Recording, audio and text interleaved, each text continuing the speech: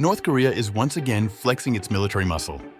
Jong Un has unveiled a new missile-armed destroyer and ordered his navy to be ready to punish the enemy. The move comes just days before Pyongyang staged a massive military parade showcasing its latest intercontinental and hypersonic missiles, designed to put the US and South Korea on notice. As Kim deepens ties with Vietnam and signals alignment with Moscow and Beijing, the Korean Peninsula edges closer to a new era of strategic confrontation.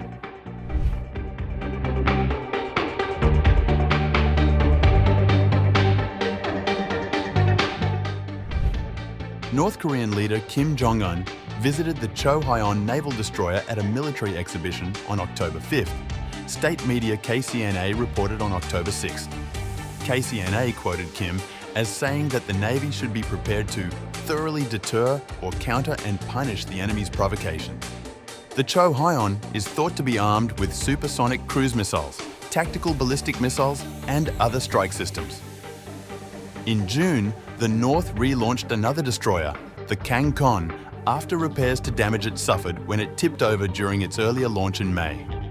Pyongyang reportedly aims to construct a third vessel of the same class by October 2026 to bridge its widening naval gap with the South.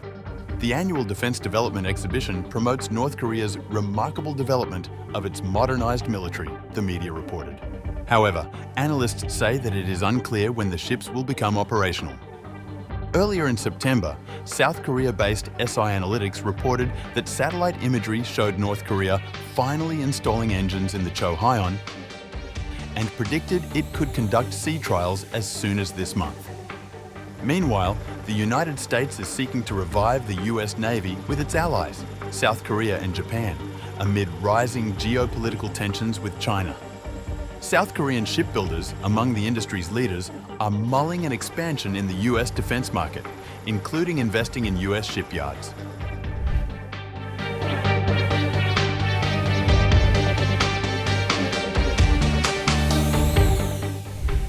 North Korea is expected to showcase a new generation of strategic missiles and advanced weapons systems at a massive military parade this week, in what observers say is an attempt to project its growing ability to strike US and South Korean targets. The South China Morning Post reported that analysts predict that the parade will center on a new solid-fuel intercontinental ballistic missile and a series of hypersonic weapons designed to threaten US naval forces in the region.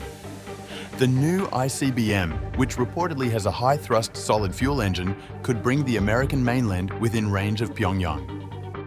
Jong Un said on October 4th that he had assigned special assets to American and South Korean military targets, accusing both of intensifying preparations for a nuclear attack. His remarks came as intelligence assessments pointed to extensive parade rehearsals in Pyongyang ahead of the 80th anniversary of the ruling Workers' Party of Korea on October 10th. South Korea's Joint Chiefs of Staff says the North appears to be mobilizing tens of thousands of troops for an event that promises to be part military demonstration, part political theater. In September, Kim personally oversaw a high-thrust solid-fuel ICBM engine test, hailing it as a significant change in modernizing the country's strategic nuclear forces. The test was the 9th of this kind and the last one in the missile's development cycle, North Korean state media reported. Images released at the time showed what appeared to be the warhead of the so-called Hwasong-20. North Korea has reportedly invited numerous high-ranking foreign officials to its military parade. The anniversary parade is expected to feature highly choreographed performances, including a display of mass gymnastics, according to Young Moo-jin, president of the University of North Korean Studies.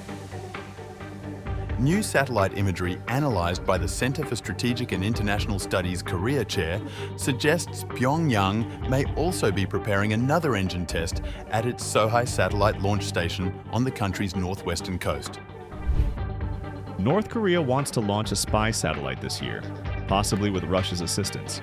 The country last claimed a successful satellite launch in November 2023, vowing to deploy several more satellites in a short span of time to strengthen its reconnaissance capabilities against the South.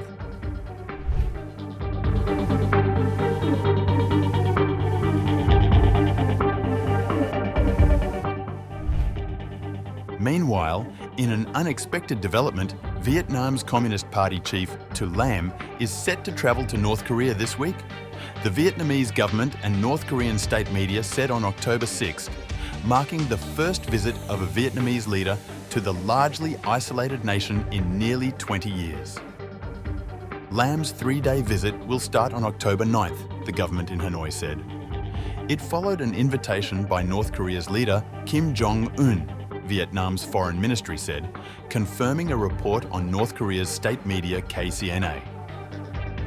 Vietnam's Defense Minister Phan Van Giang is expected to join the delegation, one Vietnamese official said. The two communist countries maintain close ties, and this year marks 75 years of diplomatic relations, although they currently have no trade relations. The last time a Vietnamese leader visited North Korea was in 2007, when the head of the ruling Communist Party, Nong Duc Mand, embarked on a three-day trip to the country, marking the first visit by a Vietnamese party chief since the late President Ho Chi Minh in 1957. In a rare foreign trip, Kim visited Hanoi in 2019 as part of a visit whose highlight was a summit with US President Donald Trump, then serving his first term at the White House. The visit follows Lam's trip in August to South Korea, a country with which Pyongyang has tense relations. Lam was the first foreign leader hosted by South Korean President Lee Jae-myung since he took office in June. Lee has pledged to reduce tensions with its neighbour. South Korea is preparing to host the Asia-Pacific Economic Cooperation (APEC) Summit, whose 21 members include China and the US, in the city of Gyeongju from October 29th. US President Donald Trump plans to visit South Korea around the summit and have a meeting with Chinese President Xi Jinping.